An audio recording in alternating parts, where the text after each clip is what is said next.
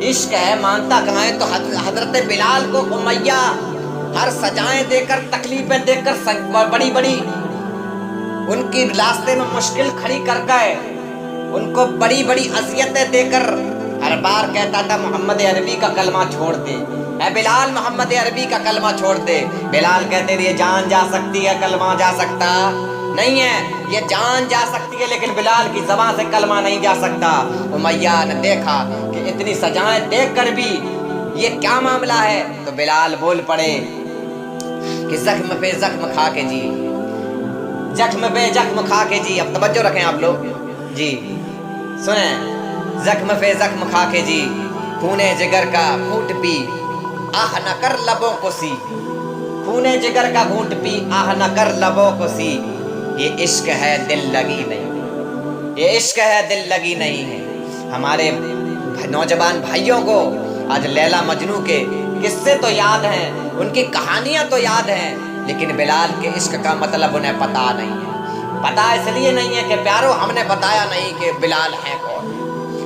کہ مصطفیٰ جان رحمت کے غلام کا نام، عاشق کا نام بلال ہے، اور مصطفیٰ کے غلامی میں جو آ جاتا ہے مصطفیٰ جان رحمت اسے بادشاہ بنا دیتے ہیں۔ اسی لیے تو بلال نے کہا کہ جب تک بکے نہ تھے، جب تک بکا نہ تھا کوئی پوچھتا نہ تھا، تم نے مجھے خرید کر میرے آقا انمول کر دیا، تم نے مجھے خرید کر انمول کر دیا۔ ایک بار نا حضور صلی اللہ علیہ وسلم معراج پر گئے، حضور صلی اللہ علیہ وسلم تو جنت کا دورہ حضور اللہ کے محبوب کر رہے ہیں، تو وہاں پر کسی کے قدموں کی آہٹ سنائی تھی حضور کو۔ آپ توجہ رکھیں آپ لوگ جی انشاءاللہ۔ کہا کہ قدموں کی آہٹ سنائی تھی، حضور فرماتے قدموں کی آہٹ جب سنائی دی نا تو میں نے جبریل سے یا کسی دوسرے فرشتے سے یا جنت کے دروگا سے پوچھا کہ یہ کس کے قدموں کی آواز ہے؟ اب تھوڑا توجہ رکھ لیجیے جی، اللہ کرے جو میں آپ کو سمجھا رہا ہوں آپ کی سمجھ میں آئے۔ عشق و سرجائے دلوں میں تو واللہ کیا چیز ہے، محمد کی محبت دین حق کی شرط اول ہے۔ تو کہا کس کے قدموں کی آواز ہے، یہ کس کے قدموں کی آہٹ ہے؟ تو اللہ کے محبوب نے نا جب یہ جنت میں پوچھا تو حضرت جبریل نے یا کسی دیگر فرشتے نے یا جنت کے دروگا نے حضور صلی اللہ علیہ وسلم سے عرض کیا یا رسول اللہ صلی اللہ علیہ وسلم، یہ بلال کے قدموں کی آواز ہے، یہ بلال کے قدموں کی آواز ہے۔